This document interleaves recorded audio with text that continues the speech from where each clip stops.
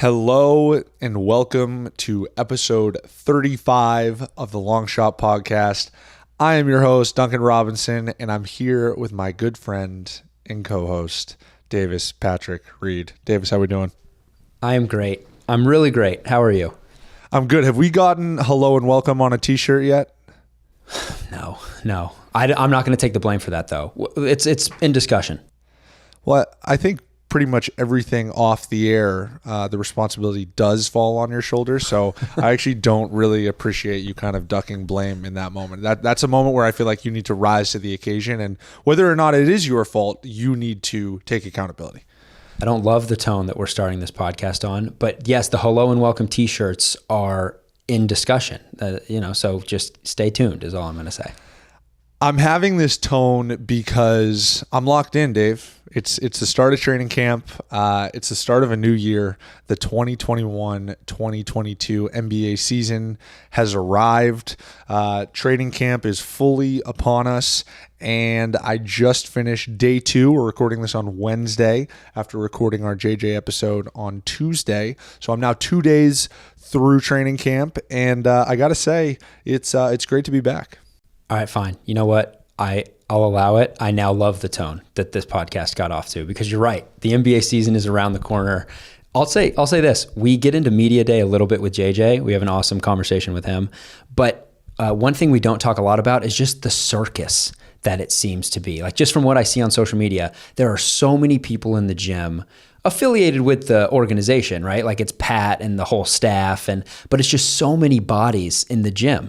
Are you on a first name basis with Coach Riley? Yeah. I call he calls me his godson. He's the godfather. But I figure on a podcast we'll go first name basis. I wasn't aware that you guys were on a first name basis. Yeah. That was a very subtle, just pat drop that I heard there. But I do understand your sentiment in that there are components to, especially the earlier days of training camp, and now it actually feels that way even more because we now have media availability back in person. So particularly as soon as practice ends, they open up the doors and media is now allowed to be back in person, whereas last year it was entirely via Zoom. So if you had media, you would go downstairs, get set up on a Zoom.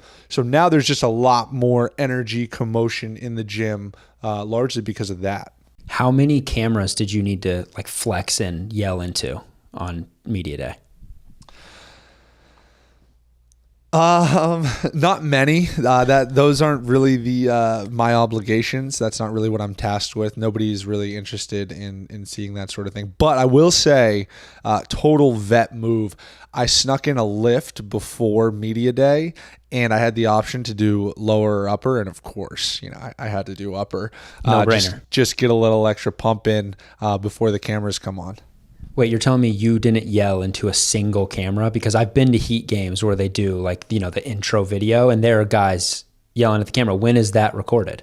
So Dave, this is good because you not that you're necessarily a common fan, but you probably, like most, would not understand the complexities that is media day. There is an external media day and there is an internal media day. Ah, well, there you go. So the other day was external media day, which is all the beat writers, all the national writers, whatever, all those people come in.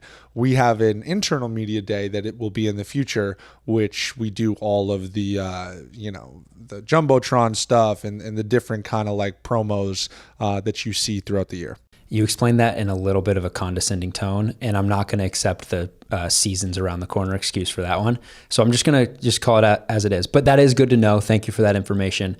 The rumor on the street is that you were the last guy dealing with the external media.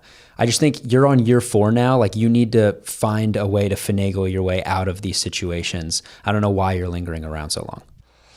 Yeah, it was, people underestimate, or maybe people don't estimate at all how long media days are, but they are really long, and they tend to be pretty long. I was there I got to the facility at 10. I did not leave until 3:30, 4.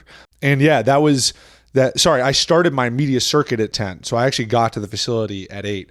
Now I know that sounds like I'm complaining, and the vast majority of the public works a regular 9 to 5, Right. and that's not even a full work day, but it's a long time to be answering basically the same questions. And that's my only gripe with it. I really, truly, I understand why it exists. I understand, as a league, why we have the obligations that we do to go through that. But the redundancy is definitely something that grinds my gears a little bit, I will say. This is an interesting topic for someone like you. It reminds me of, you ever watched The Hot Ones with Paul Rudd, where he talks about how he just has done so much press over his career. He's been acting for, decades, that he just has these answers that he has recycled over and over again. And it's gotten to the point where he doesn't even really know if what he's saying is true or if it's just what he's memorized. And I assume you sort of get to that point. I assume you can relate to that in a way. No, I love that Hot Ones episode. It's a very self-aware, nuanced point by Paul. And shout out to a Kansas City guy. Just wanted to shout that out, Paul Rudd. Paul and I are on a first name basis, unlike you and Pat.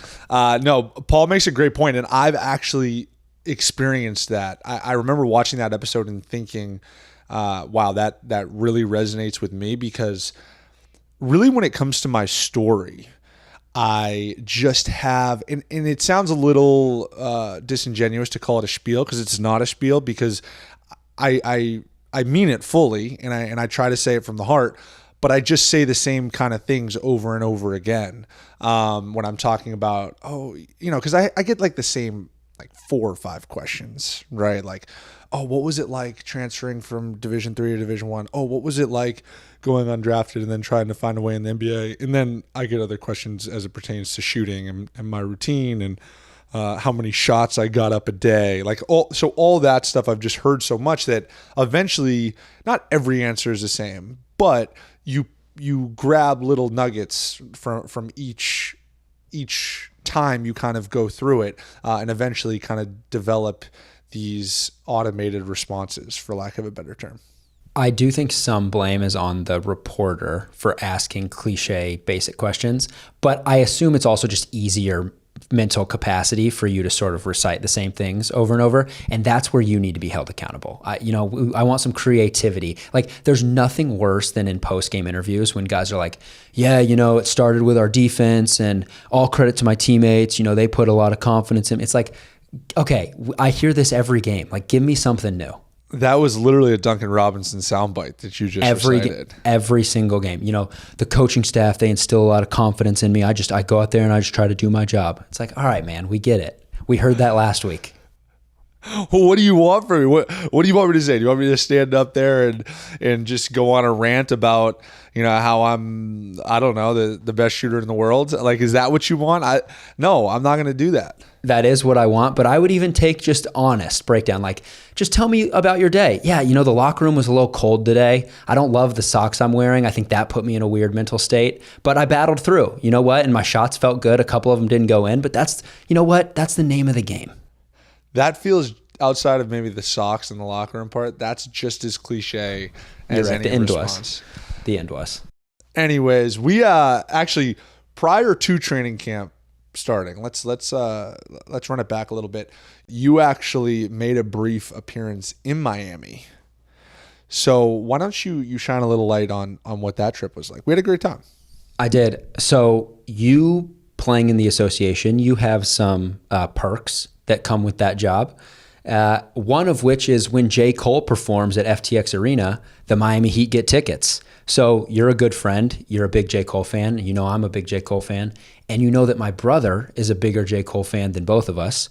So you said, guys, I've got tickets. If you can get your way down here, we can go to the concert. So my brother and I made a 48-hour trip out of it. The main purpose was to see J. Cole. But there were some long shot things in the work as well that justified the trip. I also don't ever turn down an opportunity to hang out with a friend. So yeah, we had a quick Miami trip. Night 1, we went to the facility, the Heat facility late night, got some shots up, got a little workout in, played a little full court one-on-one. Didn't go well for me, but we don't need to talk about that. What I do want to talk about about that trip is I got a little tour of the locker room, and what I learned is that you've been upgraded to the main locker room.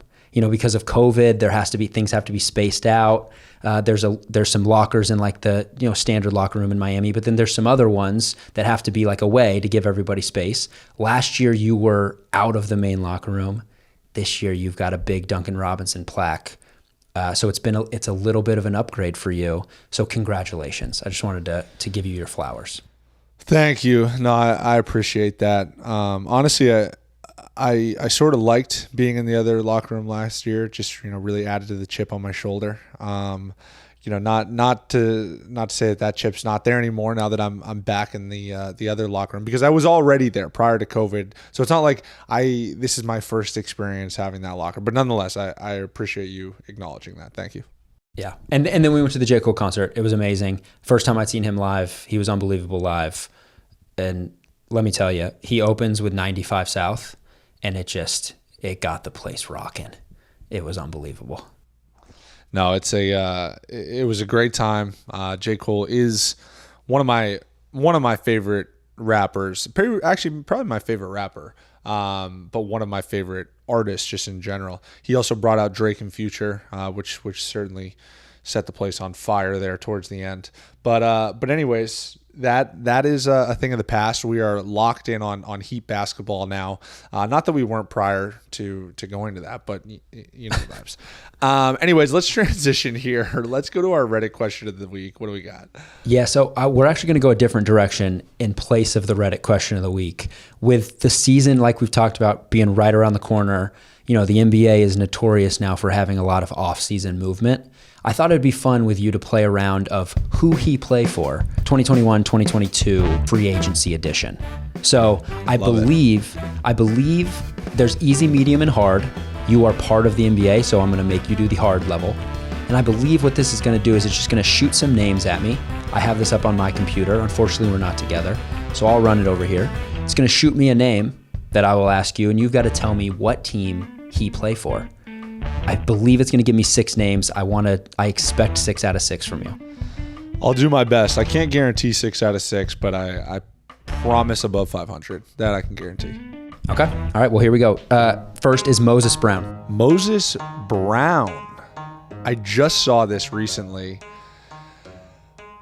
Dallas. I think you're going to go. My guess is you're going to go 50%. You're going to go 3 for 6. But Dallas is correct. That felt right. 1 for 1. That's a tricky one because he bounced around multiple times. He was in Boston and then he ended up in Dallas. I'm locked in. 1 for 1. That was good. All right, this second one, I cannot believe that this is the name it gave me. George Niang. George. Definitely know where George is. George is Philly faithful. Yeah, suiting all up right. for the 76ers. 2 for 2. Former long shot pod guest. And future. I think he'll be a recurring And future. guest. Yeah, he'll be back. Sterling Brown. Honestly, I don't think I know the answer to this. I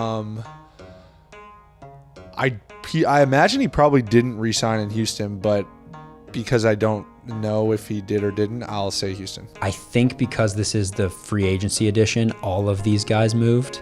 I don't know if that's right or not, but I think that's okay. the So, case. Do you have the answer in front of you? Yeah, I do. But you already locked in No, Houston. I don't want to say Houston. That doesn't count.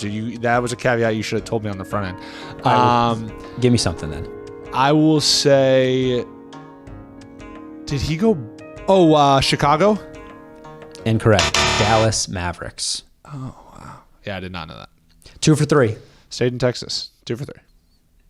Next, Trey Lyles. I do know the answer to this one. I remember seeing it. Trey Lyles signed in. This takes me to our interview with Mo, where he was like, I have no idea who anyone plays for until the season starts.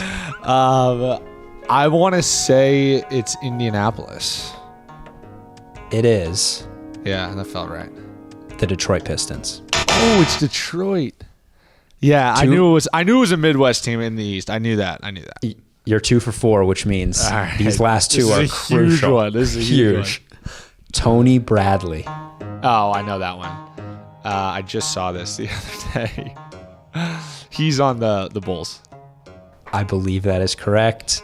Yes, it is. Yeah, he is I'm a locked in. Chicago Bull. 3 for 5. All right, this is a huge one. Can you go over 50% like you promised? I did promise it. I'm a man who lives up to his promises. Shout out Kansas City. This last guy. Shaquille. Shimmy Ojale. Oh, no. Mocan guy. I know. Shimmy Ojale, he signed in Milwaukee?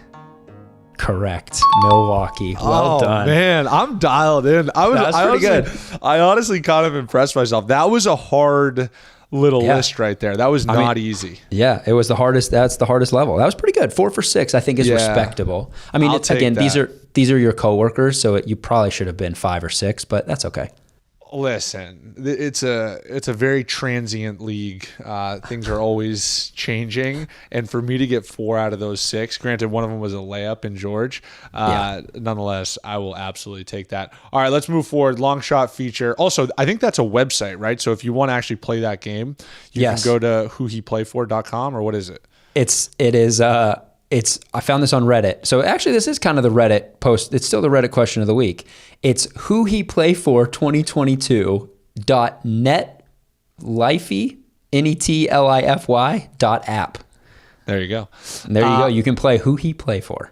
Shout out to Stephen No, N-O-H.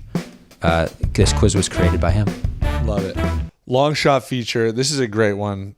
We were thinking about doing this one for a while now. David Skins, after 16 years of trying to get his PGA Tour card, the 39-year-old won the Pinnacle Bank Championship last month by 1 stroke to qualify for the PGA Tour.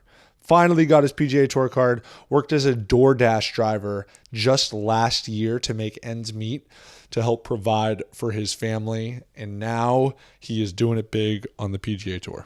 Yeah, big time. I saw an article about him, said he one-putted the last 4 holes of that tournament to win. So just talk about ice water in your veins. That's incredible too. 1 putt the last 4 and then win by a single stroke is just next level. Big time. So shout out David Skins. We love a good long shot, and you, sir, are certainly one. Anyways, we've probably taken up too much of your time anyways. We should just get right to JJ. We had a great conversation. Our boss, our mentor, our friend. Here's JJ Redick.